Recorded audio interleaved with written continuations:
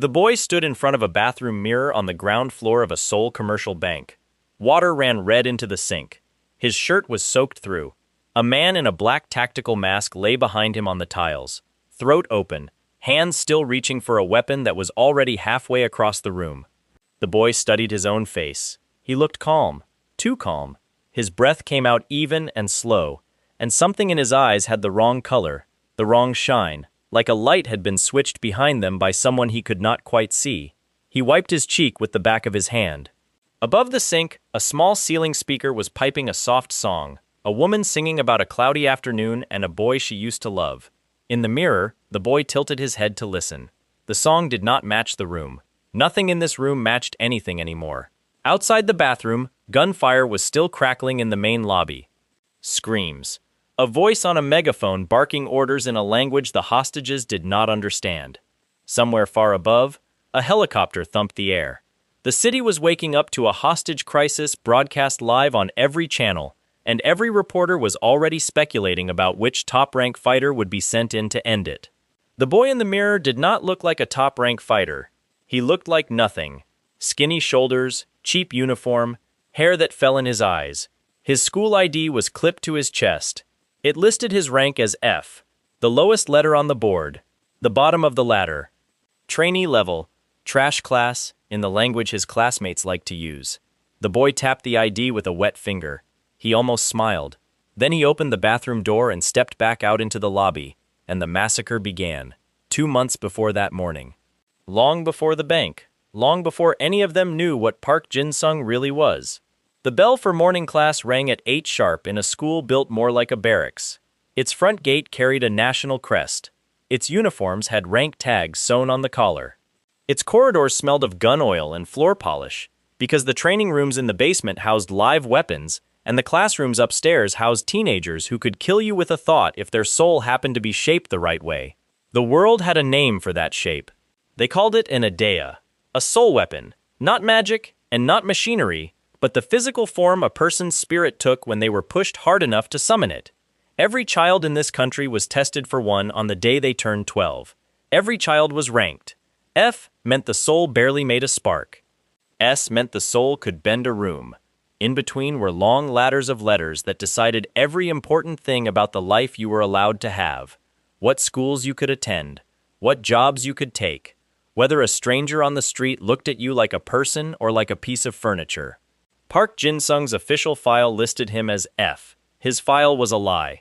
The truth was buried under years of deliberate failure, of tests where he had pulled his punches, of quiet performances staged in front of school inspectors who never once realized they were watching a boy pretend to be less than nothing. The truth was so far beneath the surface that even the boy himself sometimes forgot it was there, and that was the way he liked it. On the day the bank fell, Park Jinsung had already lived through 10 years of humiliation on purpose. He had lost count of the bruises. His body knew how to flinch on cue. His tears could be timed to land in front of teachers who might otherwise have looked twice. All of it, every day, was to keep a promise he made to himself when he was 7 years old. Never again. Never let it out. At 7, Jinsung had been a small boy in a small kitchen in a small house at the edge of a hillside town. His parents ran a bakery 2 streets over.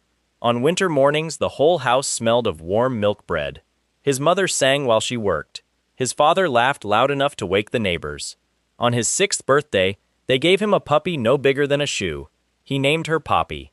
She slept on his chest at night and licked his ear in the morning and followed him to the bakery on Saturdays, with her tail flopping behind her like a small red flag. He was 7 when his parents died. The story he was told at the funeral was that a truck had hit their car on the highway. The story his aunt and uncle told him afterwards, once they had moved into his parents' house and taken over the bakery, was that his father had owed money and been foolish about it, and that boys who asked questions about grown-up problems ended up sleeping in the shed with the dog. So he slept in the shed. Poppy did not seem to mind. She curled against his side and put her small nose under his chin and made a soft, warm sound in her throat that he learned to breathe in time with.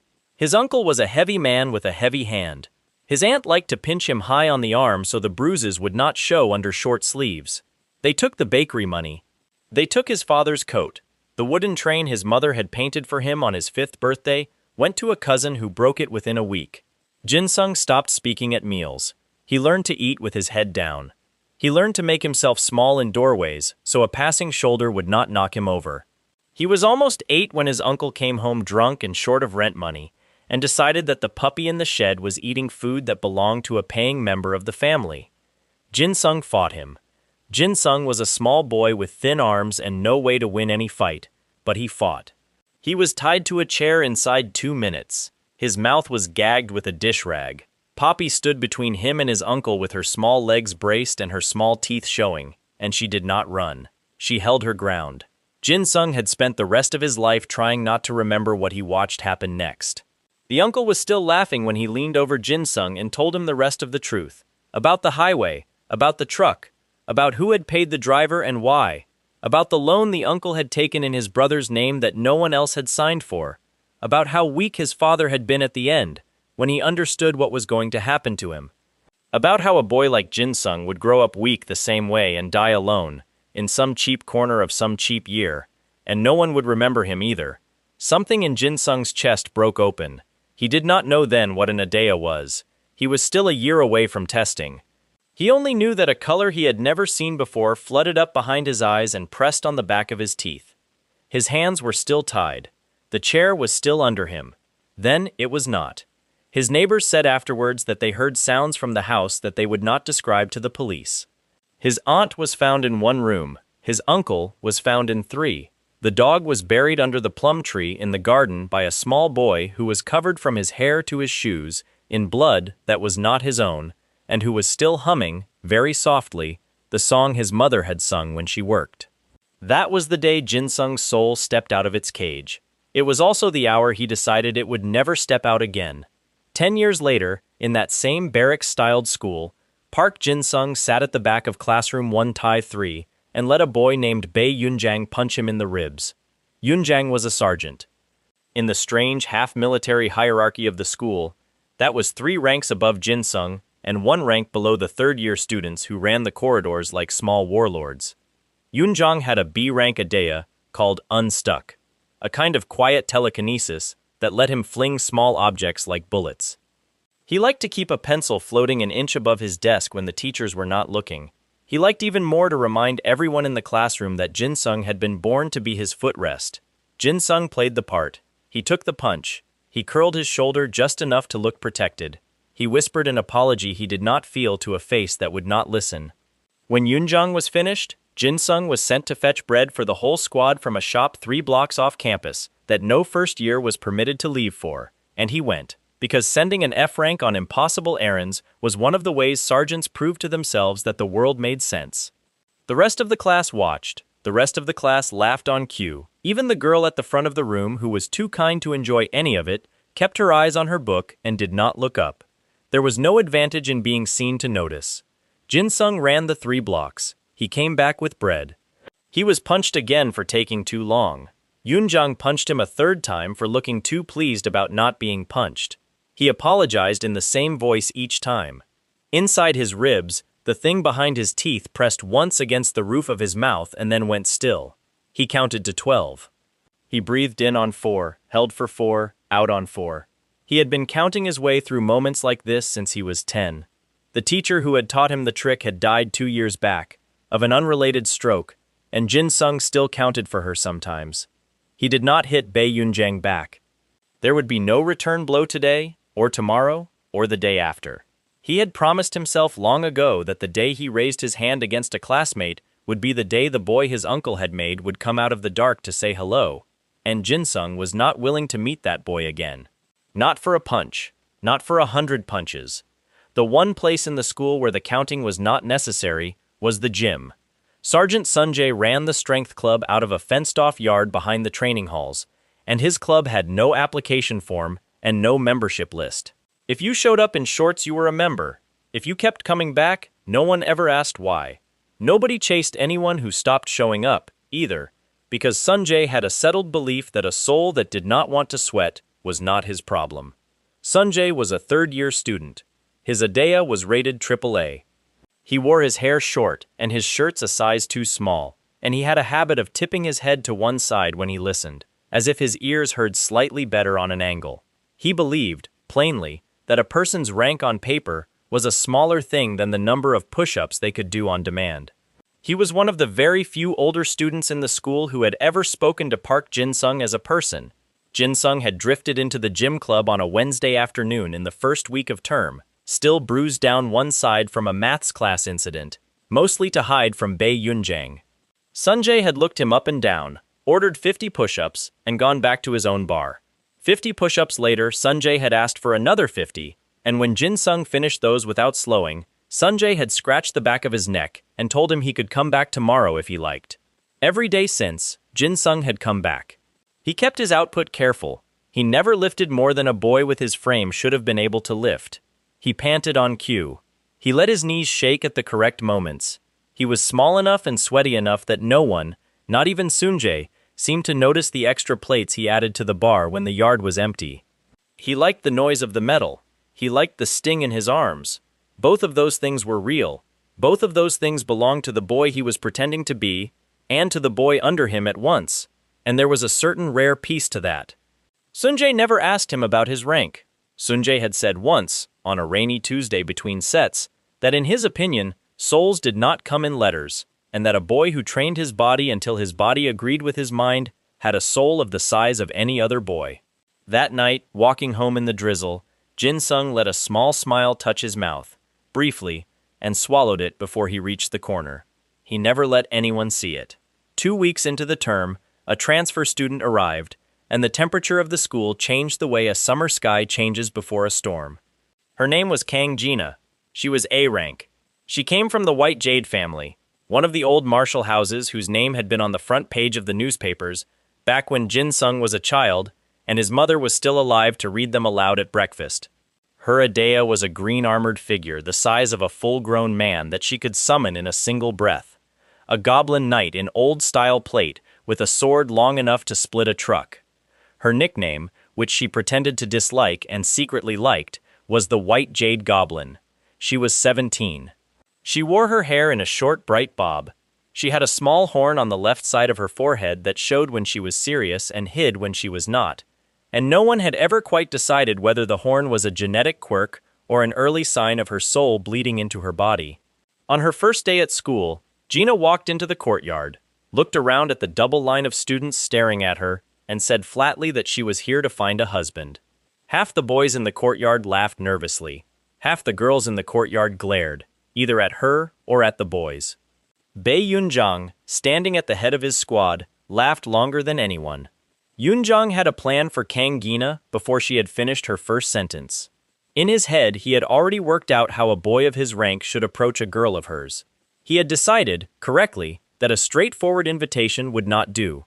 He had decided, less correctly, that a small scandal, quietly arranged, could push her into needing his help, and that a girl who needed his help would look at him with different eyes. He set a hidden camera in a locker, used by the top-floor bathroom. He picked a bathroom Gina was likely to use, a time, an angle. Yunjang had done this kind of thing before, to 2 other girls at his old middle school, and had gotten away with it both times, and had come to believe that this was a kind of skill. On the morning he set his trap, Park Jinsung happened to walk down the corridor 2 minutes early. Jinsung had been sent, again, for bread. He had taken the top-floor route, because the top-floor route was longer and let him walk alone for a few minutes.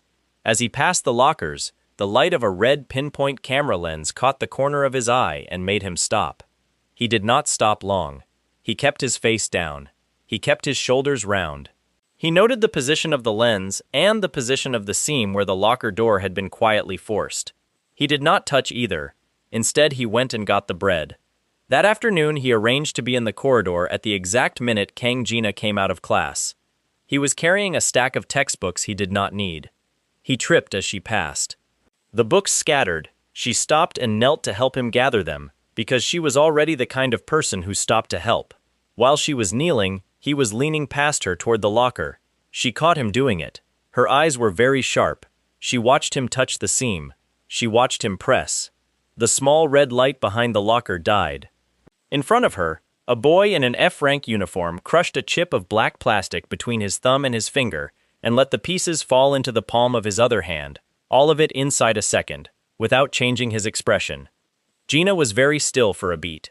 Then she smiled slowly, and her horn came out on the side of her forehead, and she asked him, quite politely, what his name was. Somewhere in that quiet exchange, Kang Gina began to fall in love with a boy she was not supposed to notice, and Bae Yunjang lost a plan he had not known he was losing, and the shape of Jinsung's school life began to bend around a girl who was going to be a great deal of trouble for him.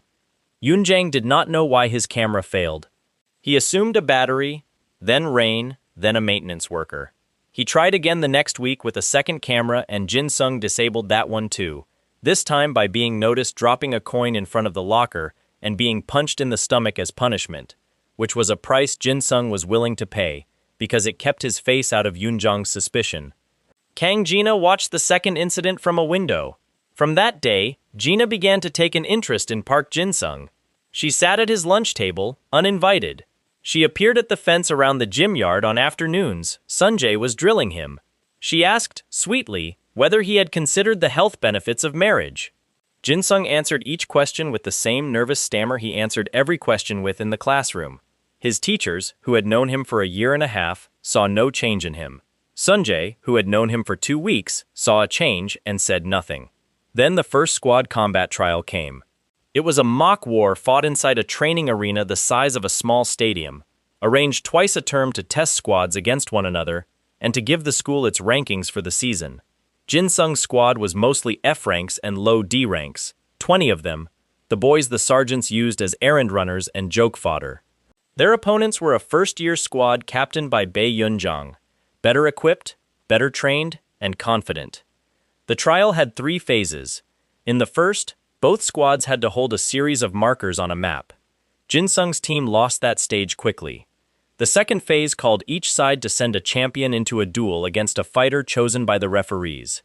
The referees, that season, had chosen Sunjae as champion. Sunjae was a third year.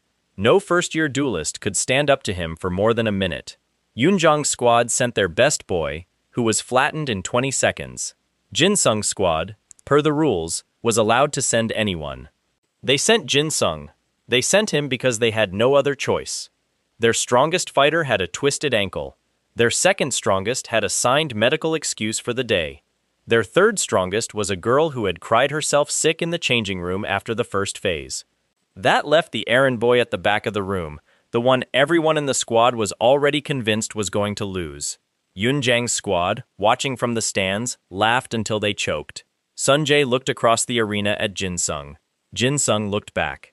Jinsung was standing at the boundary line in his cheap uniform holding his F-rank Adea, a small dull dagger no longer than a butter knife. His face was empty. His shoulders were curved the way they always were. To anyone watching from the stands, he looked like a joke. Sunjae tipped his head to one side. The buzzer went. Sunjae opened with a right straight aimed at the center line. It was a first move he had used 100 times to end fights before they started. It should have caught a boy of Jinsung's build at the top of the chest and knocked the air out of him. Jinsung's shoulder moved before the punch arrived. Not by much, half an inch. Just enough that the knuckles brushed his uniform without touching skin. He tilted his head back the same measured half inch to slide out from under Sunjae's follow-up hook. His hand did not leave his side. His dagger did not come up. His eyes did not change. Sunjae paused for the briefest fraction of a heartbeat. Then a low kick. Jinsung stepped over the arc of the shin. A shoulder ram. Jinsung was already outside the shoulder before the shoulder started moving. A straight punch to the midsection. Jinsung leaned an inch back. Nothing about it looked flashy. Nothing about it looked like fighting. From the outside, it resembled a boy watching a slow puddle drip into a drain. Kang Gina, in the front row, felt her horn come out of her forehead again and put a hand up to hide it. Bae Yunjang, in the stands behind her, stopped laughing. Sunjae took a step back and shook his shoulders out. His hair was in his eyes. He was breathing a little harder than a third year should breathe after 12 seconds of a mock duel. He looked across the 4 feet between them at the boy who had been a joke for a year and a half, and he asked, quietly, so quietly that only the microphone above them and Jinsung himself could pick up the words, whether the boy would like to try harder.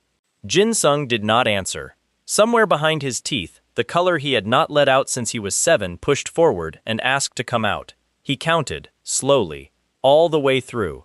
He did not let it out. Not that day, not for Sunjae. But he moved a little faster on the next exchange, and quicker still on the one after, and by the end of the third minute Sunjae's straight punches were no longer landing at all, and the referees, who had never in their lives seen an F-rank ride a third year's rhythm for a full round, began to look at one another with expressions they were trying very hard not to show on the cameras. Jinsung lost the duel. He lost it on purpose. He stepped into a jab in the fourth minute that a boy of his real speed should have slipped, and he took it on the chin and went down convincingly. Sunjae's fist did not come down for the finish. Sunjae stood over him for a long second, looking down, and then walked away without saying a thing. Kang Jina caught Jinsung's eye as he was helped off the mat by two of his squad mates. She smiled. He looked away, and he pretended not to see her smile, and he told himself, as he had been telling himself for 10 years, that the school life he wanted was still possible if he was careful. If he counted, if he stayed small. Kang Jina had already decided otherwise. So had Bae Yunjang, sitting in the stands behind her, with the muscles in his jaw slowly locking, already building a colder plan than the locker camera. And on the far side of the city, in a room without a name, a client was passing a photograph across a desk to a masked professional, tapping the F on the boy's uniform, telling him to remember that face. At the end of the month, the school would take Jinsung's squad on a routine tour of a bank in downtown Seoul. That masked man would be waiting at the counter. He would find out. All of it, soon. For now, walking off the arena floor with a fake bruise blooming on his chin, all he could feel was the tightness in his shoulders, and the ache in his teeth from the pressure of what he had kept behind them, and that a girl with a small green horn on her forehead was watching him leave with an expression he would never quite manage to forget. The rumors started that same night, not from Sunjae, who did not gossip, and not from Gina, who had her own reasons to keep quiet. They started from the second-year students in the stands who had watched the last minute of the trial and could not quite say what they had seen. A boy in an F-rank uniform sliding out of a AAA punch. A dagger held loosely at a hip, a referee's face going a slow shade of gray. By the following Monday, 3 of those second years were arguing in the corridor about whether the first year in Class 1-3 had been faking. By Wednesday, the argument had reached the teacher's lounge. By Friday, the school director had sent a memo asking whether an F-rank could reasonably be expected to hold a mock duel with a third year for 4 minutes, and whether the referees had been drinking. The director, a plump man with soft hands and an expensive haircut, did not like unusual news. He liked his elite fighters photographed in uniform on the school gate. He liked reporters visiting on Parents' Day. Unusual news made his elite fighters look ordinary, and ordinary was not the shape of his brand. He filed the memo. He instructed the referees to give the tape a second look and find their mistake. They did not find one. Sunjae did not join the corridor arguments. He stood in the corner of the gym on the Monday morning after the trial, watched Jinsung do his usual careful set of push-ups, and asked him quietly whether he could throw a proper punch. Jinsung stammered that he did not think so. Sunjae watched him for another set. He asked whether Jinsung would like to try, not against a bag, against a person. Jinsung looked at the floor and stammered that he was not sure. There was no pressure in Sunjae's face. He was a patient man in his own quiet way. He tipped his head the small way he did when he was listening to something no one else could hear, and he told Jinsung that the gym was open on Saturdays before dawn if he ever wanted a partner who would not tell anyone about it. Then Sunjae walked back to his own bar. Jinsung did not come in on Saturday. He skipped the Saturday after too.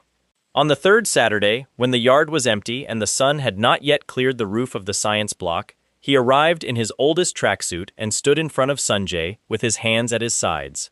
Sunjae did not ask why he had waited 3 weeks. He showed him how a proper hook came out of a proper hip. They worked at half speed. Jinsung swung slowly. Sunjae blocked, corrected, blocked again. In the 2 hours of quiet that followed, neither of them spoke about the trial. Jinsung caught himself, twice, wanting to move faster than a boy of his frame should have been able to move, and both times pulled himself back. Sunjae saw both times. Sunjae did not comment. At the end, Sunjae walked him to the gate and, on the pavement outside, said mildly that a boy who was hiding as hard as he was hiding had a good reason for it, and that a good reason was a private thing, and that whatever it was would keep for as long as it needed to keep. Then he waved and jogged off toward his mother's noodle shop. Jinsung stood on the pavement for a long time after Sunjae was gone. Kang Gina came at him from the opposite direction and moved twice as fast. She had told her parents, in a long-distance call the Monday after the duel, that she had found a boy she wanted to marry. Her mother, a woman who had raised 4 daughters and had heard this from all 4 of them at various ages, asked her what rank the boy was. Gina told her he was F. Her mother laughed for a full minute and then hung up. Gina, who did not appreciate being laughed at, doubled her effort. She started packing her own lunch, and enough of a second lunch to leave at Jinsung's desk before he arrived. She wore her hair with a small green ribbon that matched, she was quick to point out, the eyes of the goblin knight in her Adea. She appeared at the bakery on the corner where Jinsung was sometimes sent for bread, and pretended to be surprised to find him there, and helped him carry the bags back. He was polite. He was terrified. He tried, twice, to explain to her that a boy in his position was not a boy she should be seen with, and both times she looked at him with her horn out and her chin up, and told him plainly that she would decide who she was seen with, thank you. Jinsung gave up on that argument by the end of the week. He did not give up on his stammer. He did not give up on his round shoulders. He looked at his shoes in the corridor when she passed. He apologized when he brushed her elbow. He accepted, always, exactly 1 bite of whatever she had brought, no more. Gina was patient. Gina had decided. Bae Yunjong was not patient. Bae Yunjong was livid. 2 things had happened to him in the week of the trial. His locker camera had gone dead a 3rd time. Kang Gina, in a corridor conversation she had staged deliberately in front of his squad, had turned him down for a coffee, in a tone that could have stripped paint off a wall. On top of it all, a boy he had been kicking for 6 months, a boy he had personally chosen to be his footrest because a footrest was easier to keep than a friend, had lasted 4 minutes against a AAA duelist and made him, Yunjang, look like a fool by association. He decided the boy had been faking. He decided the boy had been trained by someone. Sometime in the small hours of a Wednesday morning when he could not sleep, another conclusion settled in his chest. The boy needed to be broken publicly, in a way no one could excuse as a training accident or a lucky punch. His first attempt was to arrange for Jinsung to be jumped in the changing room after phys ed. He set it up, 5 second years he owed favors to. A quiet corridor. A time when the teachers were on their break. On the appointed afternoon, Jinsung came round the corner into the corridor exactly as planned, and, because he had heard the shifting of shoes on the other side of the wall from 12 meters away, walked straight past the corridor as if he had forgotten something, and disappeared out of the back door of the building. The 5 second years waited by the shower stalls for 40 minutes and eventually beat up a second year from another class who had come in for a shower. Yunjong tried a smaller trap the next week. Jinsung avoided that one too, this time by being genuinely delayed on an errand run. Yunjong stopped trying small traps. On a Friday night after school, he went to a bar 3 subway stops from campus and met a man his uncle used to know. His uncle, who had been in and out of prison twice for tax matters, had told him once that any problem in Seoul could be solved for the right price, and that any problem involving a specific person could be solved most efficiently by borrowing that person's schedule for a morning. The man in the bar listened. He wrote a name and a number on the back of a receipt. He said, in a voice as flat as a table, that the group he was thinking of would charge for a broken bone, more for a hospital week, more still for a wheelchair. The group did not do killings, he added, because killings brought heat. If all Yunjong wanted was a boy who could not walk for a month, that was affordable, and a school trip to a public place was the easiest kind of window. Yunjong thought about it for the length of 1 drink. He wrote a class schedule on a napkin. He circled a Friday morning 3 weeks out. He circled the address of a downtown bank where the first-year classes had been told, only that morning, that they would be attending a routine tour of the vault as part of their civic education. He handed the napkin across the table, with cash he had spent a month saving from his allowance and from his uncle's careless wallet. The man in the bar folded the napkin twice. He told Yunjang it would be dealt with. Then he finished his drink and left, and Yunjang sat alone at the table for a long time, feeling both very grown up and very sick. Yunjang did not realize that the group he had hired was in a bad month.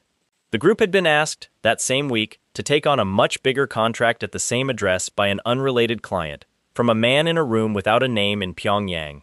When a small job and a big job landed on the same table, small jobs got folded into big jobs. Yoonjong would not learn that until much later. He would spend a long time, afterward, being sick again. The morning of the bank tour dawned gray and warm. A late spring wind pushed litter along the pavement. Class 1-3 assembled at the school gate at 8:15, in dress uniform, holding permission slips folded twice in inside pockets.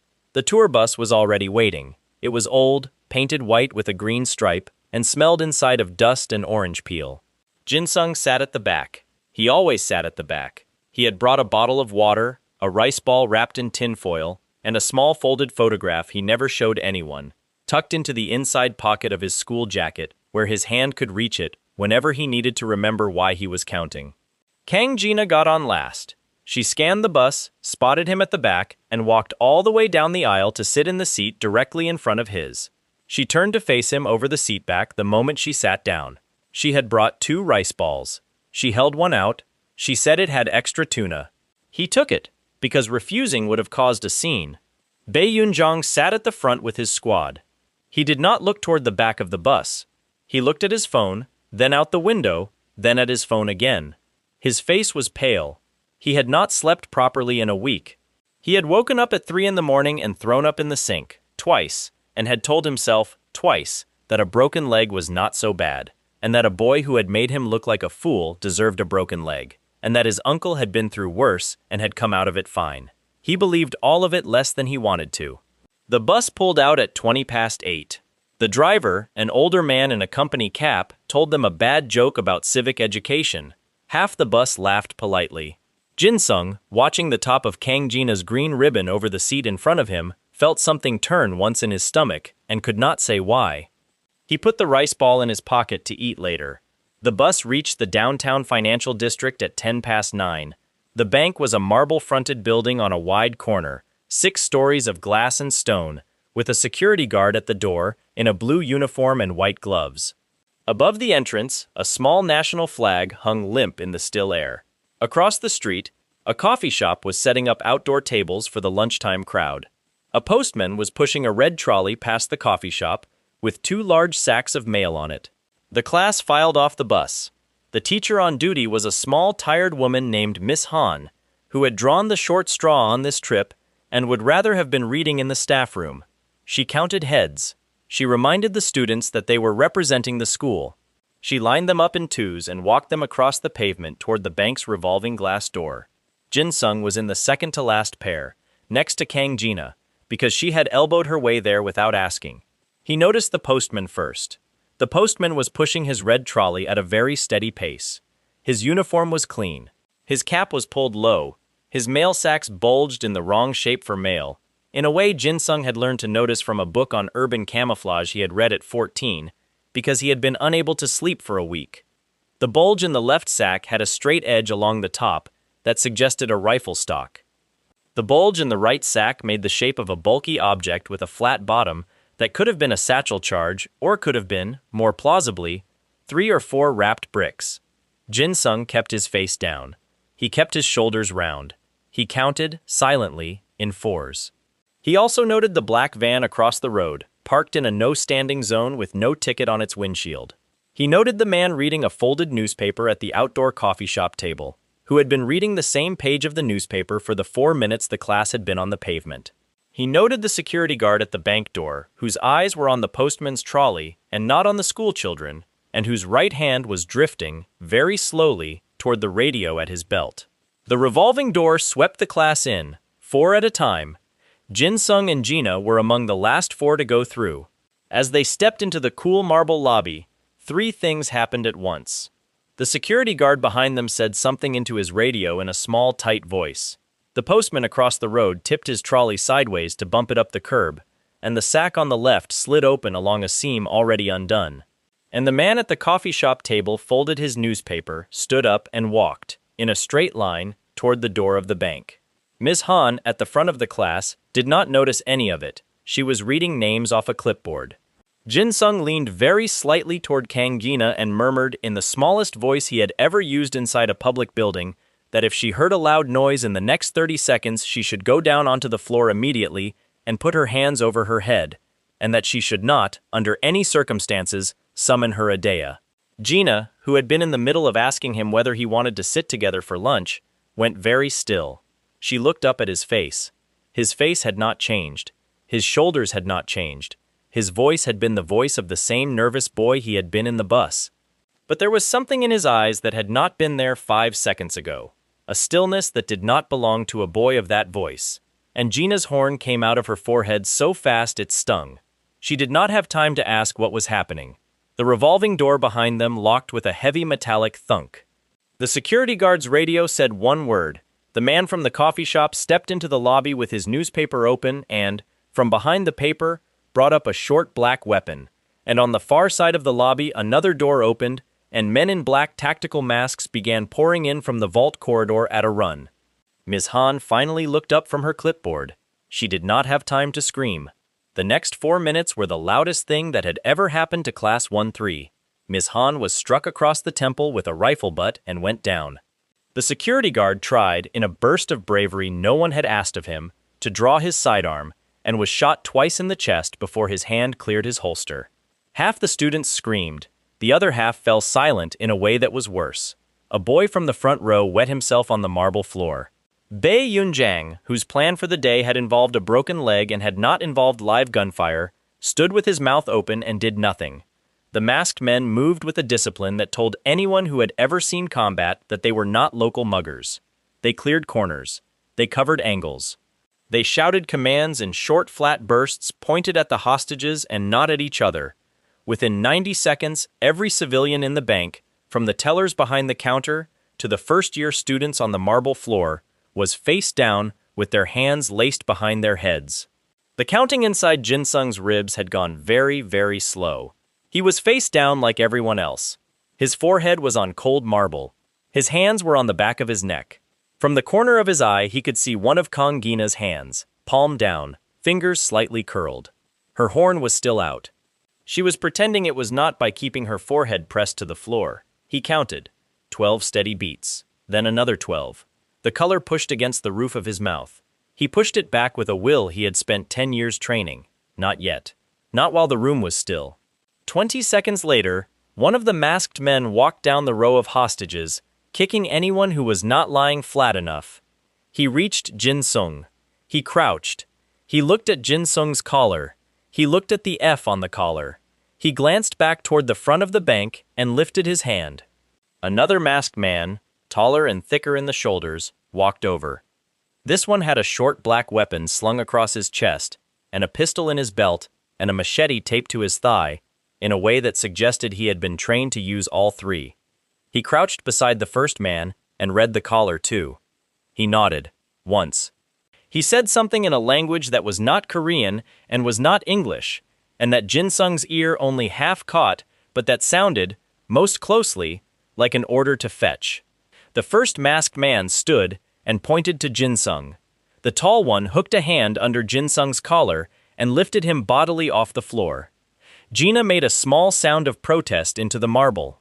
Jinsung did not resist. He hung, dangling from the collar, in the tall man's grip. His eyes went wide, his mouth fell a little open, his whole body went boneless, the way a boy of his cover story would have gone boneless, and the tall man snorted through his mask and dropped him back to his feet and shoved him toward the bathrooms at the back of the lobby. The tall one walked behind him with the compact rifle in his hands. Jinsung heard, at the edge of his hearing, a second radio squawking somewhere at the front of the bank. He heard a name spoken in the flat voice of the coffee shop man. He heard the reply, which was in yet another accent, and which used a phrase he had heard once in a documentary about the Pestilence Syndicate, an international group that had made its home in the north of the peninsula and had a habit of being in the newspapers on days when embassies burned. He filed it away. The tall one kicked the bathroom door open and pushed him inside. Inside was white tile and one long mirror and 3 stalls. It smelled of bleach. A window near the ceiling had been fixed shut with a cheap grill. Jinsung was pushed against the sink. His hip cracked the porcelain. He caught himself with his hands. His eyes stayed on the porcelain, small and helpless. Behind him, the tall one closed the door and locked it. Behind him, the tall one said, in a voice that was almost bored, that the client had been very specific about a boy with an F on his uniform, and that certain features had to be checked before anything permanent was done, because the client would not pay for the wrong body. He set the rifle down on the sink counter and reached for the pistol at his belt. Jinsung looked up into the mirror. His own eyes met his own eyes. He looked at the boy in the glass for a long second, and the boy in the glass looked back, and something under the boy's face began, very slowly, to smile without permission. The counting stopped. At his back, the tall one had the pistol halfway out of its holster. Jinsung turned around. For the length of a heartbeat, he was still the boy who had counted. His hands were at his sides. His shoulders were still round. The dagger at his hip was still a dull, short piece of metal. Then the color came up. He did not think about it. He did not choose it. A decade of counting had been to keep the color under his tongue, and 1 full minute of pretending to be a rice ball in a mailbag had cracked the counting the way a hairline crack cracks a windshield the moment the temperature drops. It flooded up his throat and behind his eyes and out into every muscle of his body at once, and the boy in the mirror stopped being a boy and became something else. The tall one saw the change in his face and did the correct thing. He drew the pistol clean. He raised it. He aimed at center mass. He fired. The bullet did not find center mass. Jinsung's shoulder was no longer where his shoulder had been. It had moved 8 inches to the right without a step of his feet, on a lean he had never practiced in front of Sunjae or anyone else. The bullet went past him and dented the tile behind the sink.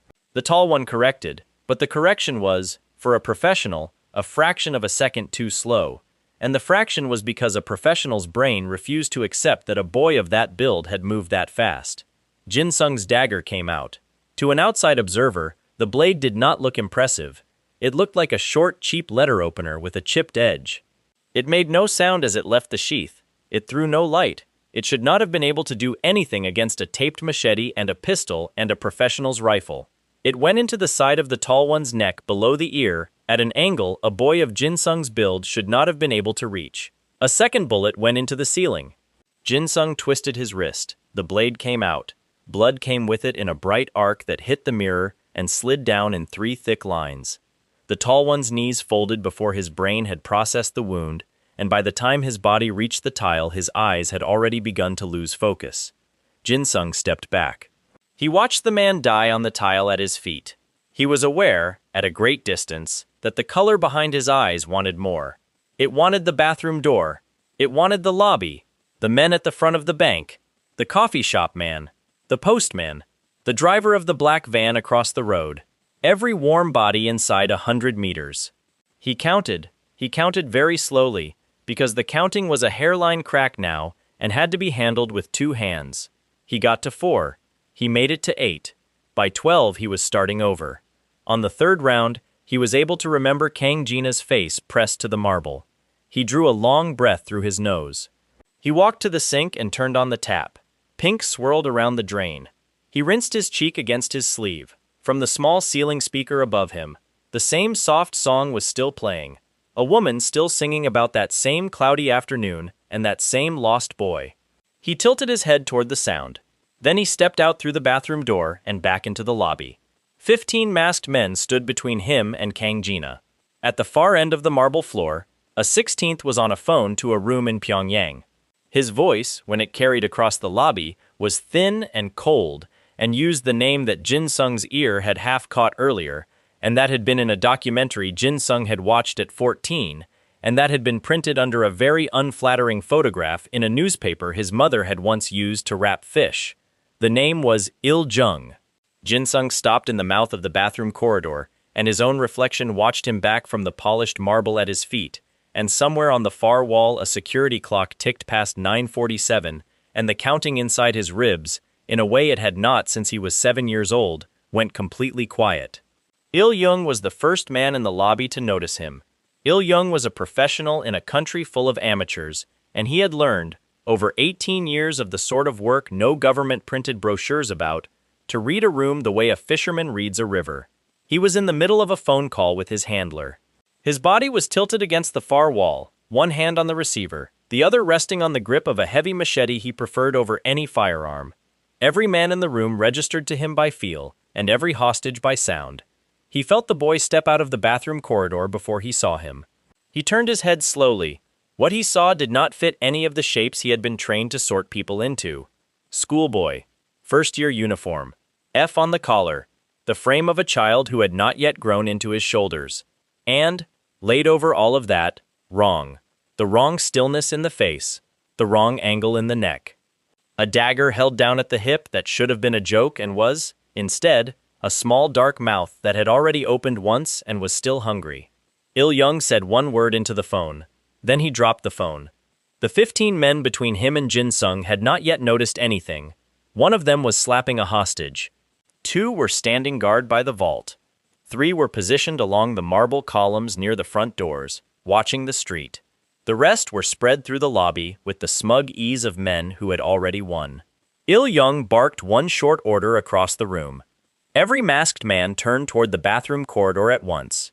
Jinsung was already moving. He did not run, he walked. He walked in a straight line down the middle of the lobby, at a speed that looked, to anyone glancing quickly, like the walk of a stunned boy in shock. It was not that. His feet were placing themselves too precisely. His shoulders had settled into an angle that could pivot in either direction inside a breath. His empty right hand hung loose at his side. The dagger in his left hung by his hip, wet. The first masked man to reach him raised a submachine gun. Jinsung's shoulder moved 8 inches without a step of his feet. The burst went past him and stitched holes into a marble column. The masked man tried to correct. He did not get the chance. Jinsung's dagger crossed the 10 inches between them in a motion so short there was no wind-up to it at all, and the man fell without a sound, the front of his throat opening in a bright thin line before his brain had caught up to what had cut him. The second masked man was luckier. He had time to see his colleague drop. He had time to shout a warning. There was even a fraction of a second to bring his own weapon up. Nothing came after that. Jinsung stepped past the falling body and drove the dagger up under the second man's chin at an angle that came from somewhere no formal school taught. The blade came out through the top of the man's mask. The mask was still trying to make an expression when the man's knees folded. A third and a fourth man had begun firing. Jinsung slid between them along a line neither of them had covered. He put the dagger through the wrist of one, took the falling submachine gun out of the loose hand, and used it, briefly, in a single burst so tight and short that the other 3 men clustered near the front doors were on the marble before their fingers had reached their triggers. He dropped the gun. He was moving again before the empty shells had finished bouncing on the marble. The hostages on the floor did not lift their heads. They had learned, in the first 4 minutes of the siege, to keep their faces on the tile no matter what noises the room made. Kang Jina lifted her head. She did it slowly, at the exact wrong moment, because Jinsung was 2 rows away from her, and she could feel him passing, and her horn had been out so long her forehead was aching from it. She lifted her head an inch. She saw him. She almost did not recognize him. The stillness in his face was the same stillness she had glimpsed for a fraction of a second in the corridor. It had grown. It had filled him out. Something behind his eyes was watching the room with a patience that did not belong to a person of 17. There was blood down the front of his uniform. Blood streaked his sleeve. A dark spatter had settled in the parting of his hair, from a spray that had come from a throat higher than his own. Then he looked at her. For 1/2 of a heartbeat, her Jinsung was in there. She saw it. The shape of the boy who had crushed the camera in the corridor was still under there somewhere, and the shape of the boy who had blushed at her rice ball with it. Her mouth opened to say his name. Then the shape was gone, and something else was looking at her out of Jinsung's face, and her horn hurt so hard she almost cried out. Behind Jinsung, at the far end of the lobby, Il-jung was already moving toward the fire exit. Il-jung had lost 7 of his men in 9 seconds. He had, in his 18 years, seen many things. He had not seen anything move like this. Nothing about the boy fit any file he had. The Pestilence Syndicate did not do heroes. The Pestilence Syndicate did not do losses. If this boy was allowed to close the distance to Il-jung would be dead before his men on the 2nd floor had begun to react. He knew this the way a fisherman knows a wave. He shouted an order for cover fire. 6 of the remaining 8 men on the ground floor opened up in every direction that was not a hostage. Marble chips flew off columns. A chandelier came down in a slow crash. Il-jung turned and ran for the emergency door. Jinsung heard him go. Something inside the color said the word Il-jung with a kind of joy. "Something else, deeper," said Kang Jina. The two words fought inside his skull. The Iljung part won by half a step. He started to turn toward the far end of the lobby. The eighth remaining masked man made the mistake of stepping across his path. Jinsung cut him down almost absently, without turning his head. By the time the man's body reached the marble, Kang Jina was standing up. She should not have stood up. She knew she should not have stood up. She stood up anyway, because the boy who had told her not to summon her Adea had blood on his cheek and a stranger's face on his face, and she could not lie on the ground while that was true. She stood up, and her goblin armor came out of her in a rush of green light, plate covering her chest and shoulders, and the sword forming in her hand before the summoning finished. She called his name. Jinsung's head turned toward her. The thing behind his eyes read the word the way a wolf reads movement, not sound. Movement was a target. His body was already moving toward her before his mind had caught up. He crossed the lobby in 3 steps. His dagger came up. Kang Jina had 1 full second to see him coming. She was faster than most 17-year-olds in a country full of gifted 17-year-olds. She raised her sword. She met his blade. Her sword should have snapped his dagger like a twig. It did not snap. The dagger caught the sword along a hair-thin edge and slid, along that edge, in a way that made her wrist twist against her will. She lost the parry. The dagger came past her guard, and Jinsung, who was no longer in charge of Jinsung, drove it toward her throat. At the very last inch, something in him hesitated. Not enough to stop, just enough to raise the blade. The tip of the dagger did not go into Kang Gina's throat. It went instead into the small green horn on the left side of her forehead, and cut it clean through at the base, and took the top of the horn off in a small sharp motion that sent it clattering across the marble like a piece of broken glass. Gina stumbled back. She dropped her sword. Her hands came up to her forehead. Blood ran down between her fingers. She stared at him with her mouth open, and her chin trembled, and she did not say anything, because there were no words for what her face was doing. Jinsung stopped. He stopped in the middle of the lobby with the dagger still up, and he looked at what he had done, and something in his eyes flickered. Then his knees folded. He went down onto the marble with a sound no one would remember afterward. The dagger fell out of his hand. His eyes lost focus. His body, having spent every gram of the color at once, collapsed like a puppet whose strings had been cut. Kang Jina caught him before his head hit the floor. She did not know how she had crossed the distance. She was on her knees on the marble with his head in her lap, and her hands were shaking, and blood from her forehead was falling onto his cheek and mixing with the blood that was already there. She said his name 3 times. He did not answer. Somewhere outside the bank, sirens began to arrive in ragged waves. Somewhere above them, boots pounded on a stairwell as the last of Iljung's men fled toward the roof. Somewhere in a coffee shop across the road, a barista, who had been hiding under her counter for 11 minutes, crawled to her phone and called her mother to say she was alive. And somewhere on the 2nd floor of the bank, one masked man, missed in Jinsung's sweep, lifted his radio and reported to his handler, in a voice that could not quite stop shaking, that the target the client had asked for was neither trash nor a normal fighter, and that whatever the client had wanted with him, the client would have to find another way, because the boy was down and the syndicate had run. Kang Jina held him. She did not let anyone touch him until the medics forced her aside, and even then she followed the stretcher all the way to the ambulance, blood still running down her face, uniform ruined, half a green horn still in her fist. Sunjae watched all of it on the television in his mother's noodle shop. He had gone straight there from his morning run. There was a bowl in front of him. His chopsticks were in his hand. The news alert had cut across the football match 5 minutes into his breakfast. The school uniform in the first shaky mobile phone shot a bystander had uploaded was one he recognized.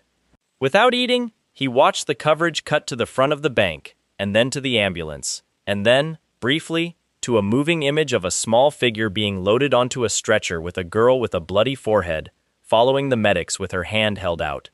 He put down the chopsticks. He tipped his head very slightly to one side. Then he stood up, and he told his mother, in a voice she did not recognize, that he would be back later, and he went out of the shop and started walking toward the hospital before he had thought about which hospital they would take him to. By the time Sunjae reached the hospital, Bae Yunjong had been sick in the bathroom of the school gymnasium 4 times. Yunjong had not gone on the school tour bus back. He had been driven, along with the rest of Class 1-3 who could still walk, in a police van straight to the campus, where the school director had ordered the group brought to the auditorium for what he called a debrief, and what everyone in the auditorium understood was a rehearsal for the press conference the director would hold that evening. The director had, in the 4 hours since the news had broken, done a great deal of thinking. He had decided several things.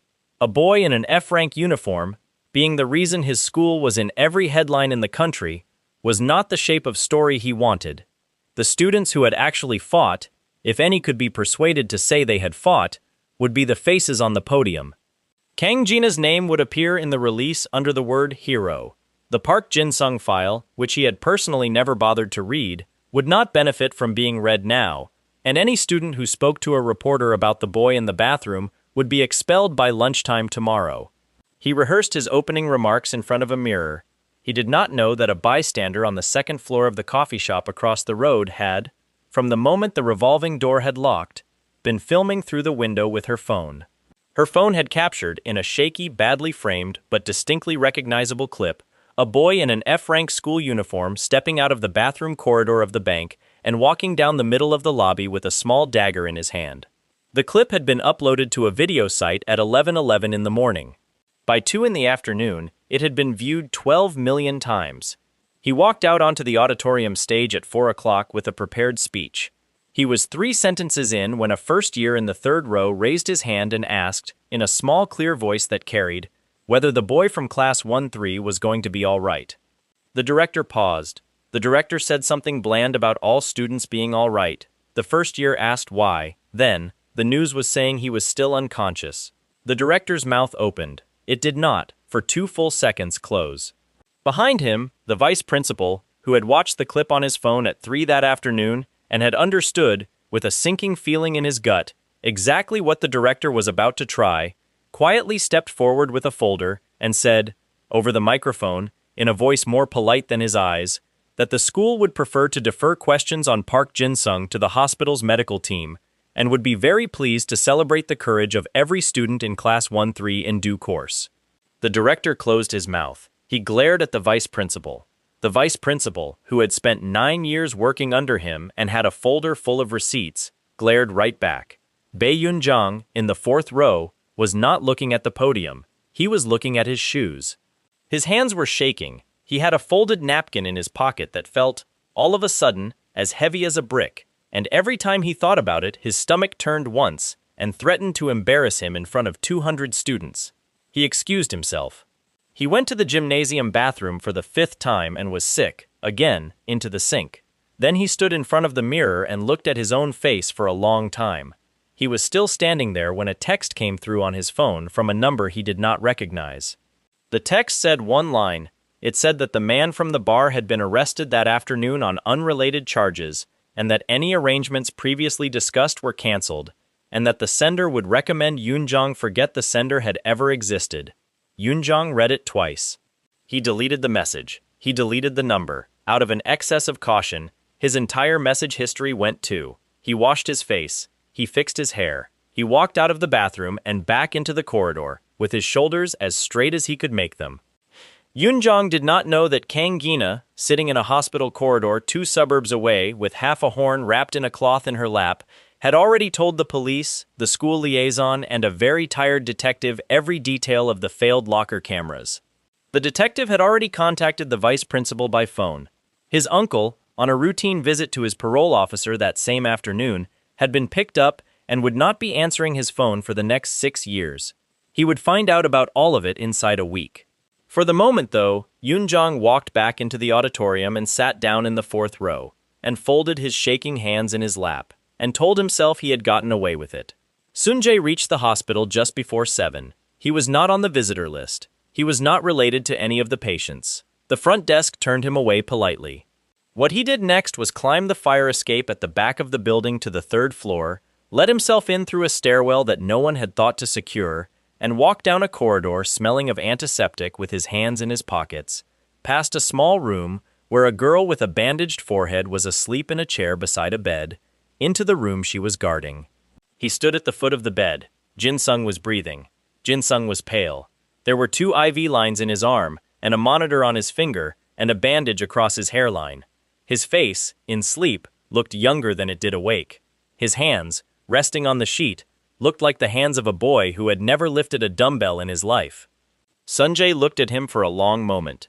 Then Sunjay took a chair from the far wall, brought it to the other side of the bed, sat down in it, folded his arms across his chest, and settled in to wait.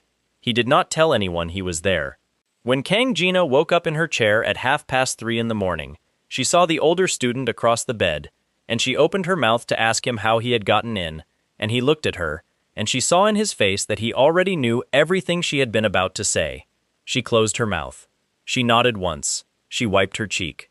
She reached across the bed and squeezed Jinsung's cold fingers, and Sunjay did not say anything at all, and outside the window a distant helicopter was still doing slow, lazy circles over the city, because the news channels had not yet decided whether to run the second half of the video the barista in the coffee shop had uploaded, the half that showed the boy's face very clearly, and they would spend another 2 days arguing about it before deciding, in the end, not to.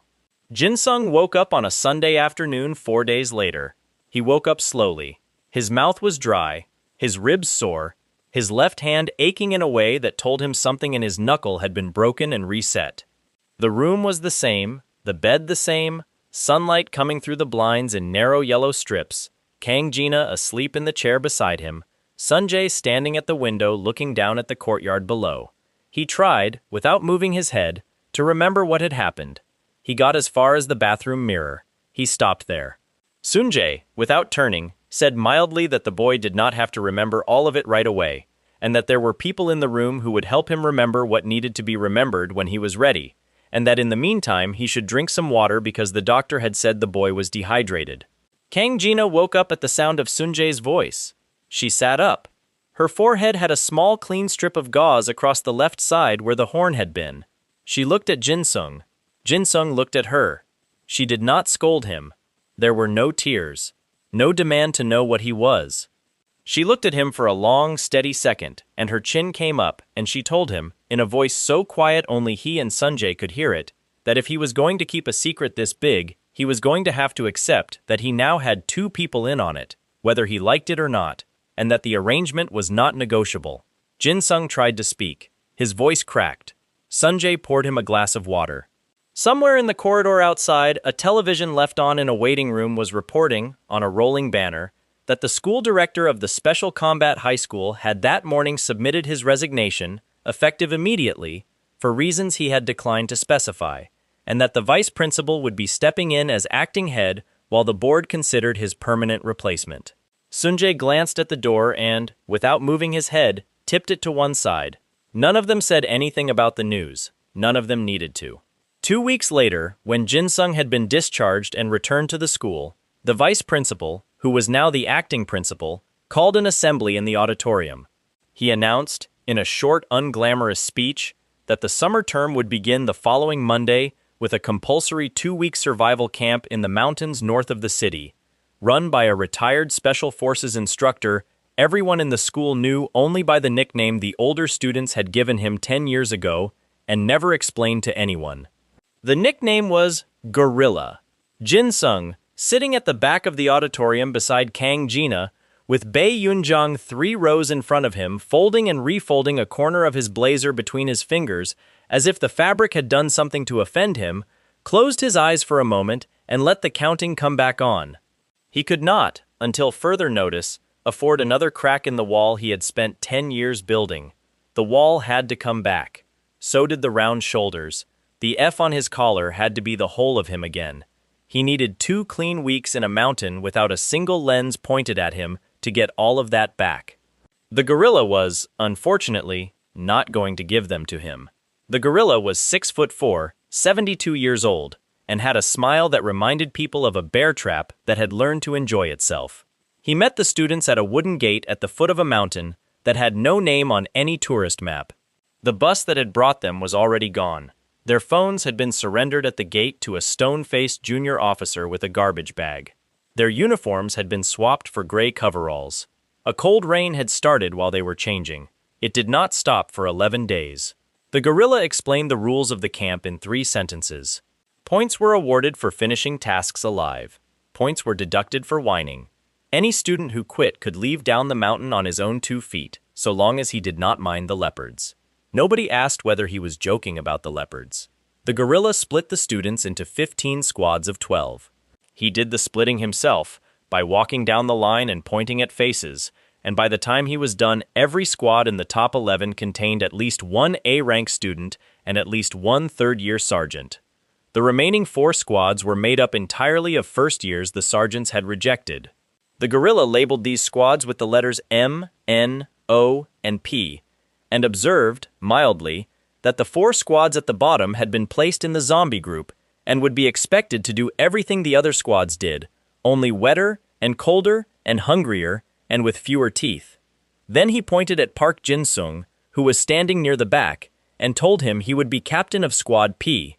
Squad P was made up of the 4 students in the year who had F ranks like Jinsung, 3 D ranks who had been picked on since middle school, 4 low C ranks with bad knees or bad tempers, and 1 enormous silent boy named Dong Ho whose Adea had never manifested at all, and who had been kept in the class only because his father was a bus driver on a route the vice principal preferred.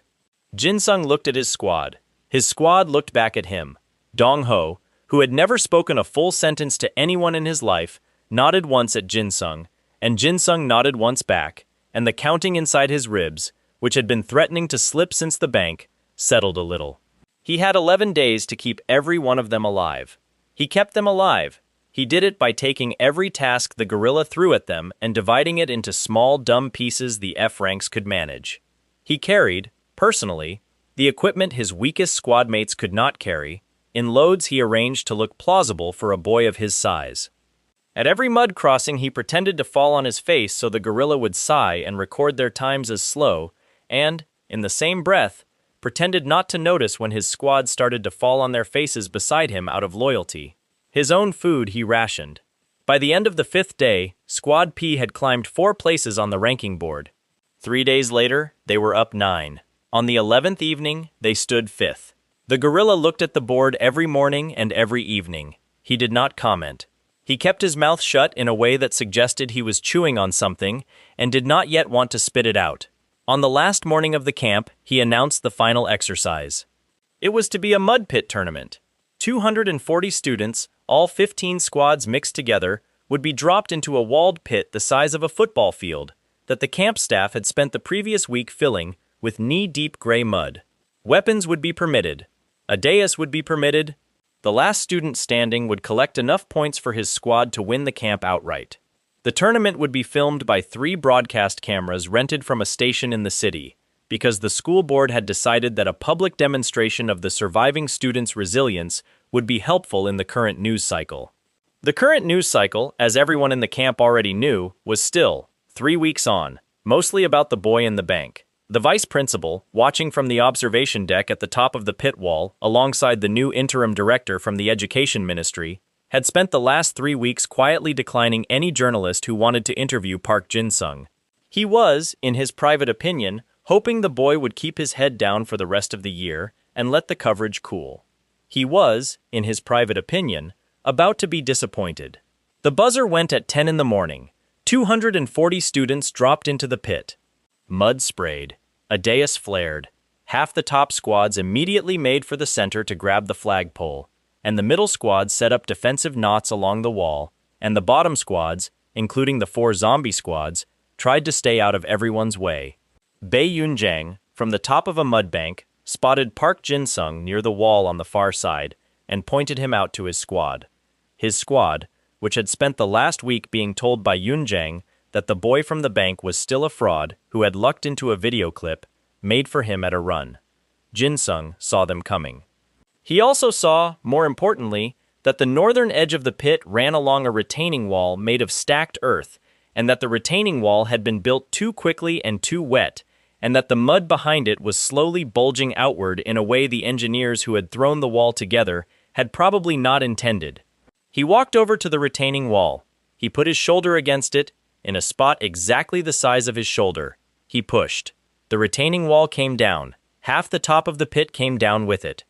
A rolling sludge of gray mud waist-deep and hip-deep and, in places, chest-deep, poured across the pit floor in a slow, relentless wave, sweeping students off their feet, tangling their weapons, drowning their footing, and knocking the flagpole clean off its base.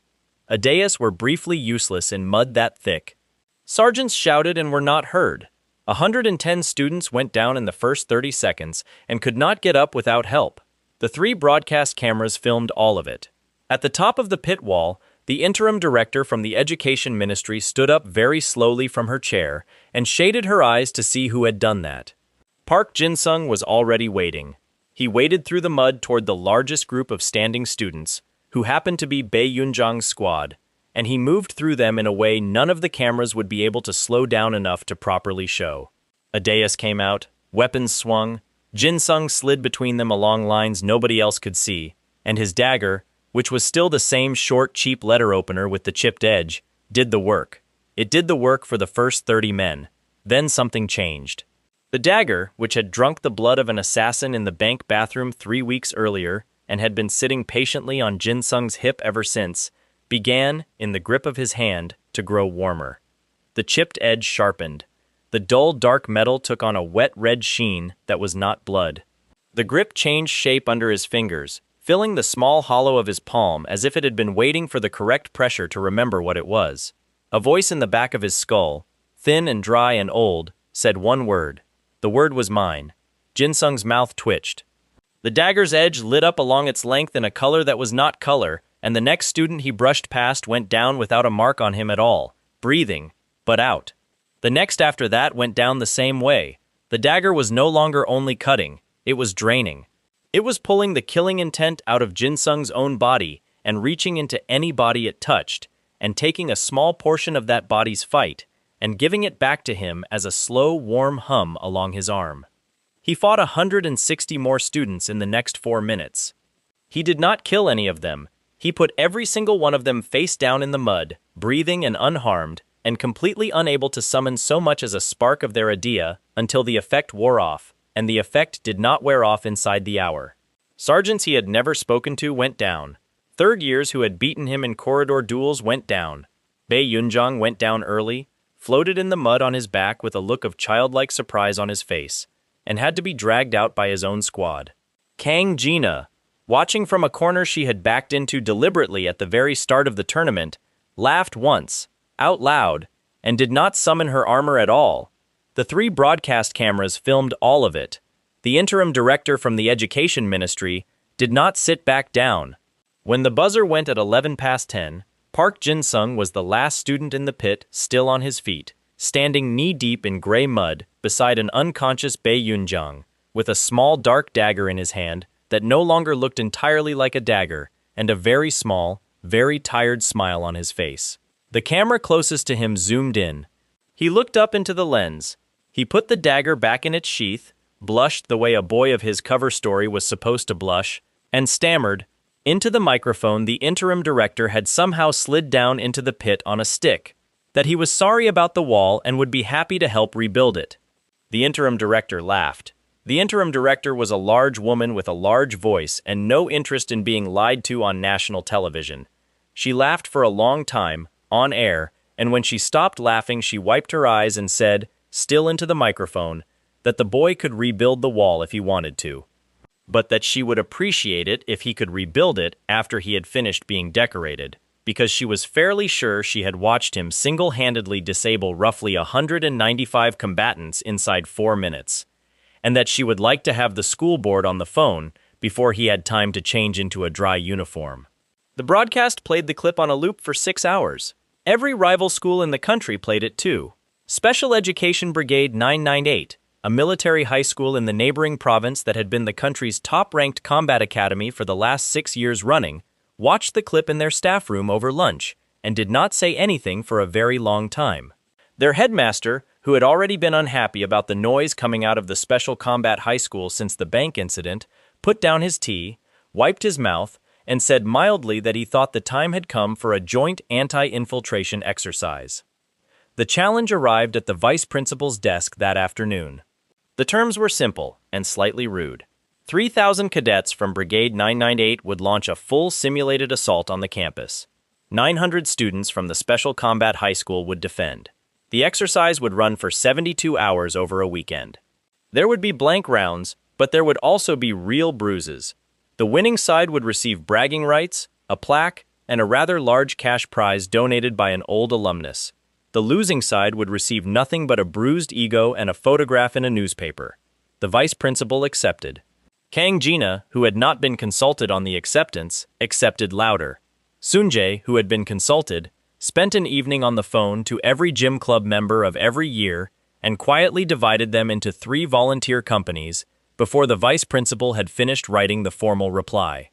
Bae Yoonjong, who had spent the week since the mud tournament in a state of low permanent nausea, was assigned, at the vice principal's insistence, to the second defensive line. He did not argue. He no longer felt he had any arguments left in him. Park Jinsung, at his own request, was assigned to the westernmost forward outpost. The westernmost forward outpost on the map was a wooded ridge 2 kilometers beyond the school perimeter, staffed by a single squad of low-ranked students who were expected to fall inside 20 minutes and give the alarm as they went. It was, in every previous exercise the school had ever run, considered a suicide post. Jinsung asked for it in person. Sunjae, when he heard, nodded once and did not comment. Kang Jina, when she heard, told him plainly that she would be joining him. Jinsung tried, feebly, to argue. Kang Jina looked at him with her chin up and told him that the arrangement was not negotiable. Jinsung stopped arguing. The squad Jinsung asked for at the westernmost forward outpost was Squad P. Dong-ho, who had not spoken a full sentence to anyone in his life, said one word to Jinsung when he heard about it. The word was yes. The exercise began at midnight on a cool Friday in early autumn. 3,000 cadets moved across the fields north of the campus in 3 neat columns, with their sergeants shouting through the dark and their scouts sweeping the tree lines and their gliders dropping into paddock after paddock in silent coordinated waves. The center column, the strongest, made for the school gate. The eastern column looped around toward the athletics field.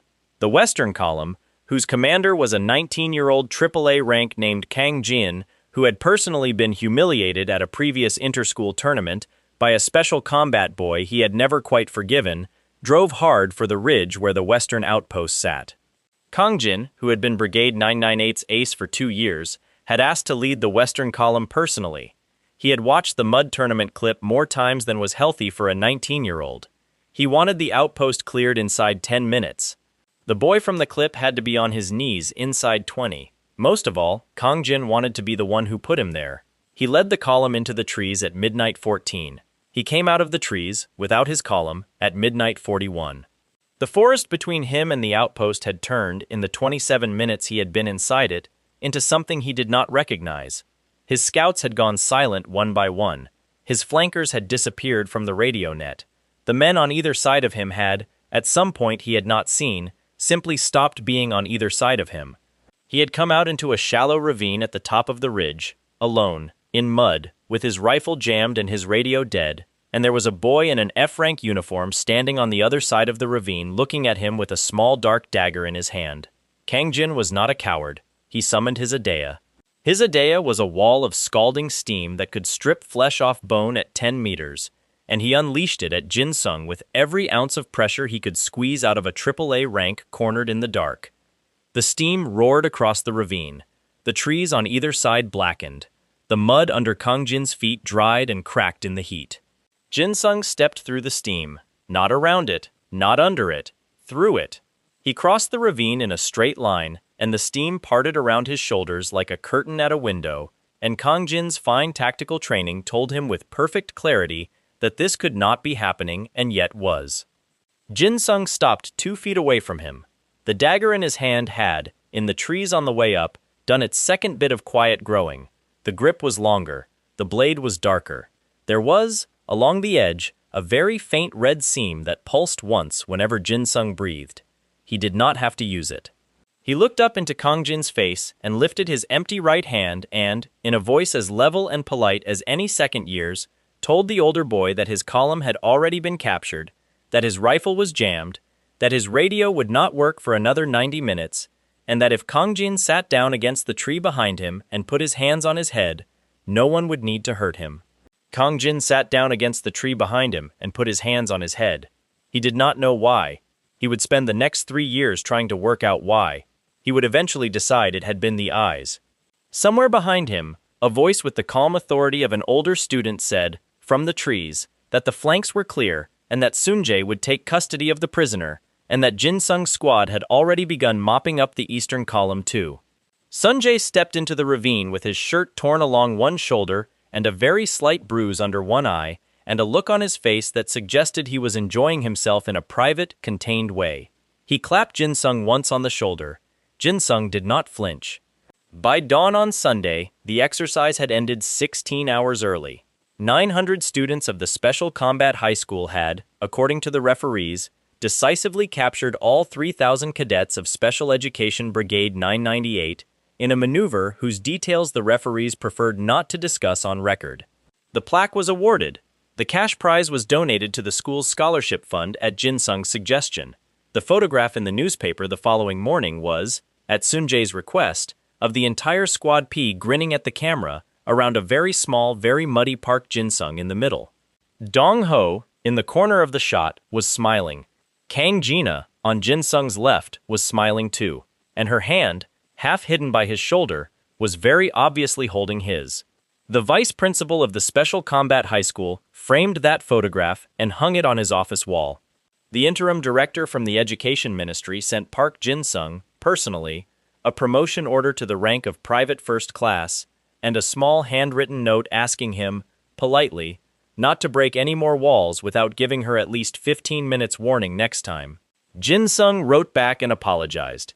He did not know, sitting at his desk in the school dorm on that Sunday evening writing the note, that a black car had pulled up an hour earlier at Kang Jina's family estate, 2 provinces to the south.